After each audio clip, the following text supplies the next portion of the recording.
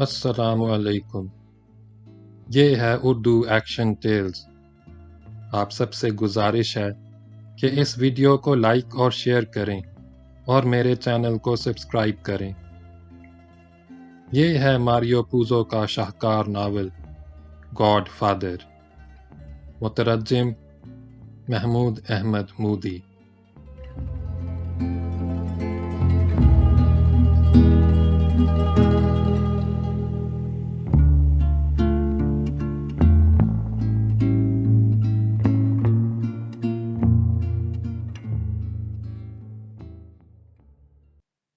باب نمبر 18۔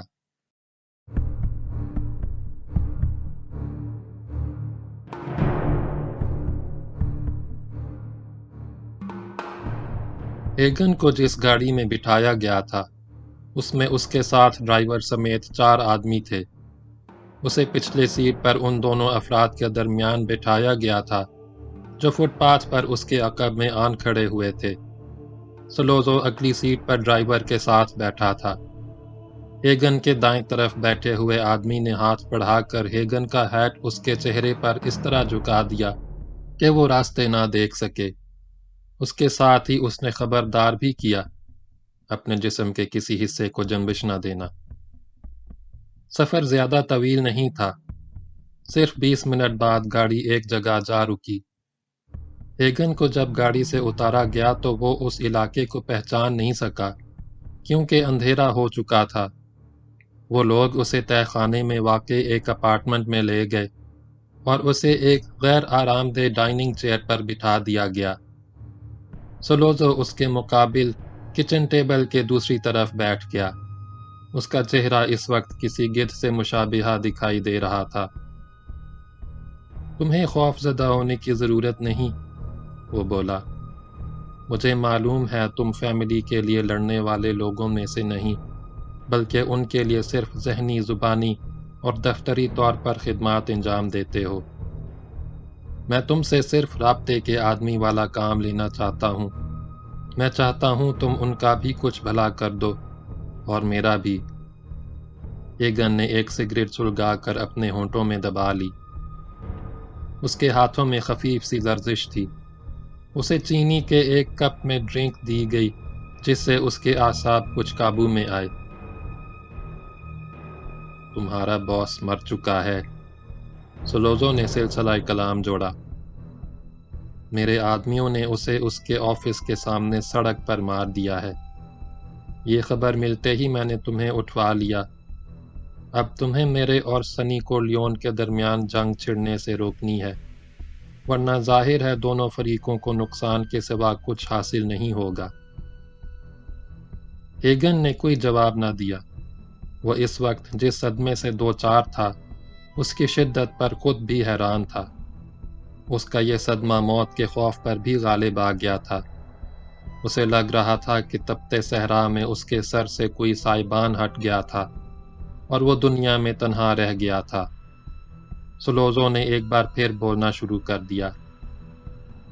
میں جب ہیروئن کے دھندے میں شراکت کی تجویز لے کر ڈان کے پاس گیا تھا تو سنی نے اس میں زبردست دلچسپی لی تھی، اور یہ اس کی عقل مندی تھی، کیونکہ ہیروئن آنے والے زمانے کی چیز ہے۔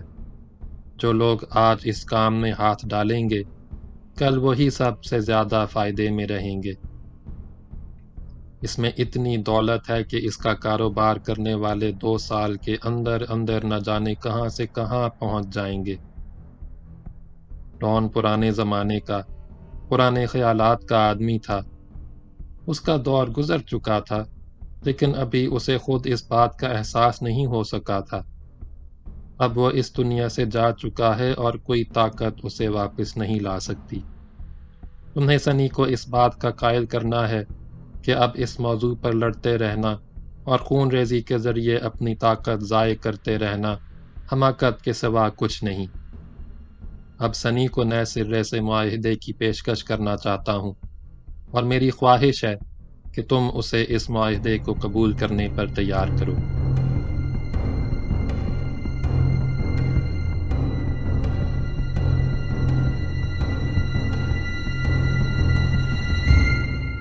ہیگن بولا، تمہاری یہ کوشش فضول ہے۔ تم نے جو کچھ کیا ہے اس کے جواب میں سنی اپنی پوری طاقت جمع کر کے تم پر حملہ کرے گا۔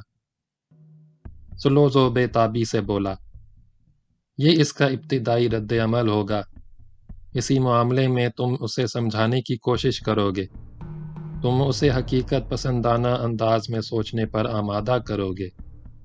ٹٹاگلیا فیملی اپنی پوری طاقت اور وسائل کے ساتھ میری پشت پناہی کر رہی ہے۔ نیو یارک کی اس طرح کی دوسری تمام فیملیز بھی اس بات کی حامی ہوں گی، اور اس کے لیے پوری عملی کوشش کریں گی کہ ہمارے درمیان بڑے پیمانے پر لڑائی نہ چھڑنے پائے، کیونکہ ہماری لڑائی سے ان کے مفادات اور کاروبار کو بھی نقصان پہنچے گا۔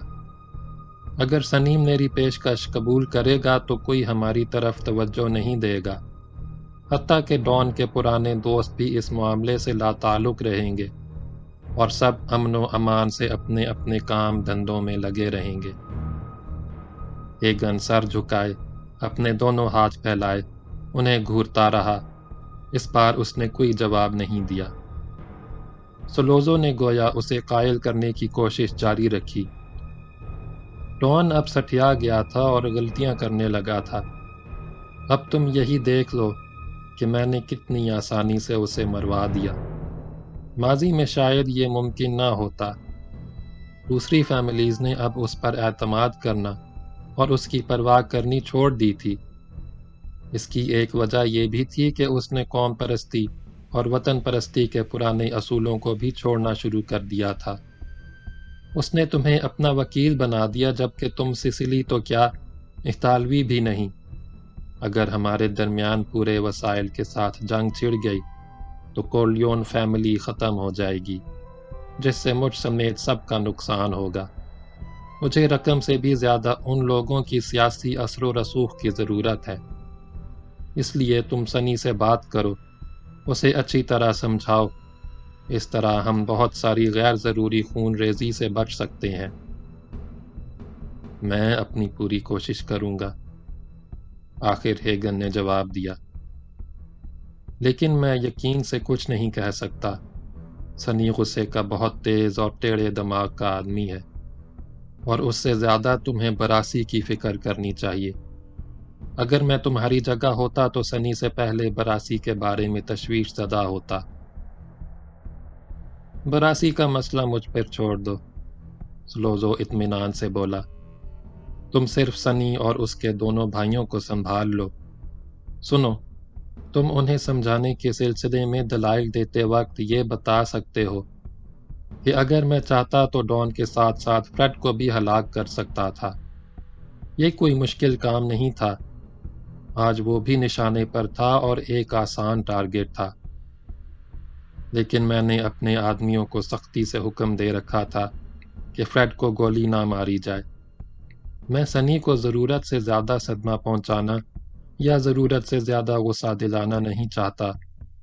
تم انہیں بتا سکتے ہو کہ فریڈ صرف میری وجہ سے زندہ ہے۔ اب ہیگن کے ذہن نے کام کرنا شروع کر دیا۔ اسے کچھ یقین سا ہو گیا تھا کہ سلوزو اسے ہلاک کرنا یا یرغمال بنانا نہیں چاہتا۔ اس احساس سے اس کا وہ خوف دور ہو گیا جس نے اب تک اس کے دل، دماغ اور اعصاب کو جکڑ رکھا تھا۔ اسے یہ سوچ کر شرم بھی محسوس ہوئی کہ موت کا خوف اس پر اس حد تک غالب آ گیا تھا۔ سلوزو گہری نظروں سے اس کا جائزہ لے رہا تھا۔ وہ گویا اس کی کیفیت اور اس کے احساسات کو سمجھ رہا تھا۔ ہیگن نے اس کی باتوں پر غور کرنا شروع کیا۔ سلوزو یقیناً ایک وکیل، ایک لائق اور قابل آدمی اور فیملی سے تعلق رکھنے والے ایک ذمہ دار شخص کی حیثیت سے اس پر یہ توقع کر رہا تھا کہ وہ اس کے موقف کو اچھے اور متاثر کن انداز میں سنی کے سامنے پیش کر سکے گا اور شاید اسے قائل کر سکے گا۔ اب غور و خوض کرتے وقت ہیگن کو احساس ہوا کہ اس کی توقعات کچھ غلط بھی نہیں تھیں، اور اس کا موقف بھی اس قابل تھا کہ اس پر توجہ دی جاتی۔ کورلیون اور ٹٹاگلیا فیملی کے درمیان جنگ کو بہرحال روکنا ہی سب کے مفاد میں تھا۔ اس متوقع جنگ سے ہر حال میں گریز ضروری تھا۔ ڈان اگر مر چکا تھا تو اب کورلیون فیملی کو اس صدمے کو برداشت کر لینا چاہیے تھا اور بہت سے مزید صدمات کو دعوت نہیں دینی چاہیے تھی۔ کم از کم فی الحال انہیں سولوزو کی پیشکش قبول کر لینی چاہیے تھی۔ بعد میں اگر وہ ضروری سمجھتے تو کوئی مناسب موقع دیکھ کر سولوزو کو اس کے کیے کی سزا دے سکتے تھے۔ ہیگن نے سر اٹھایا تو اسے یوں لگا جیسے سولوزو اس کے یہ خیالات بھی پڑھ رہا تھا۔ وہ مسکرا رہا تھا۔ اسی لمحے ایک اور خیال بھی ہیگن کے ذہن میں بجلی کے کوندے کی طرح لپکا۔ آخر سولوزو براسی کے بارے میں کیوں فکر مند نہیں تھا؟ وہ اس طرح سے اتنا بے پرواہ کیوں دکھائی دے رہا تھا، جبکہ براسی سے اس جیسے آدمی کو بھی بہرحال خوفزدہ ہونا چاہیے تھا۔ براسی کوئی معمولی آدمی یا نچلے درجے کا بدماش نہیں تھا۔ وہ ایک ایسا آدمی تھا جس کا صرف نام سن کر بدماشوں کی رگوں میں بھی لہو سرد ہونے لگتا تھا۔ کہیں براسی بک تو نہیں گیا تھا؟ کہیں اس نے لوگوں کے ساتھ کوئی سمجھوتا تو نہیں کر لیا تھا؟ بہرحال یہ وقت اس قسم کے معموں پر غور کرنے کا نہیں تھا۔ اسے جلد از جلد کورلیون فیملی کے محفوظ قلعے میں واپس پہنچنے کی کوشش کرنی چاہیے تھی۔ میں اپنی سی پوری کوشش کروں گا، وہ سولوزو سے مخاطب ہوا۔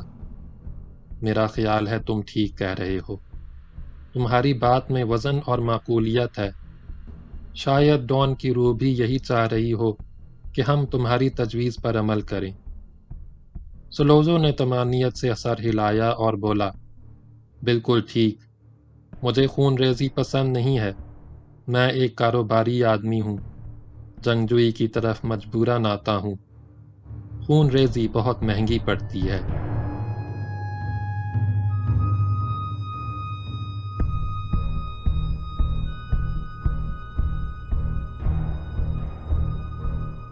اسی لمحے فون کی گھنٹی بج اٹھی۔ ہیگن کے عقب میں بیٹھا ہوا آدمی فون سننے کے لیے اٹھ گیا۔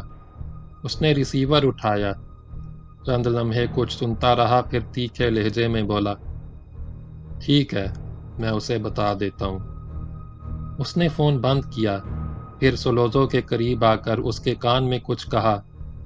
ہیگن نے دیکھا کہ اس کی سرگوشی سن کر سولوزو کے چہرے پر زردی نمودار ہو گئی تھی، لیکن اس کی آنکھوں میں گویا غیظ و غضب کی چنگاریوں کو ہوا ملنے لگی تھی۔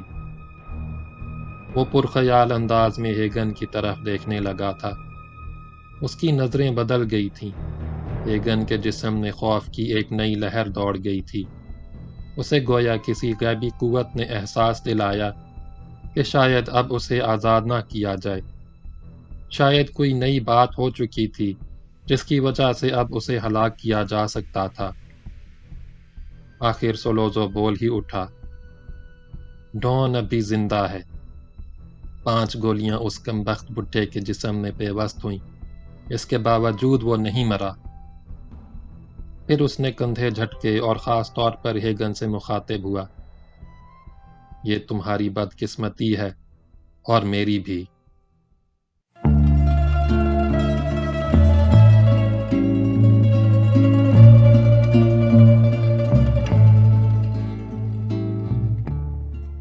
باب نمبر 19 اگلی ویڈیو میں سنیں۔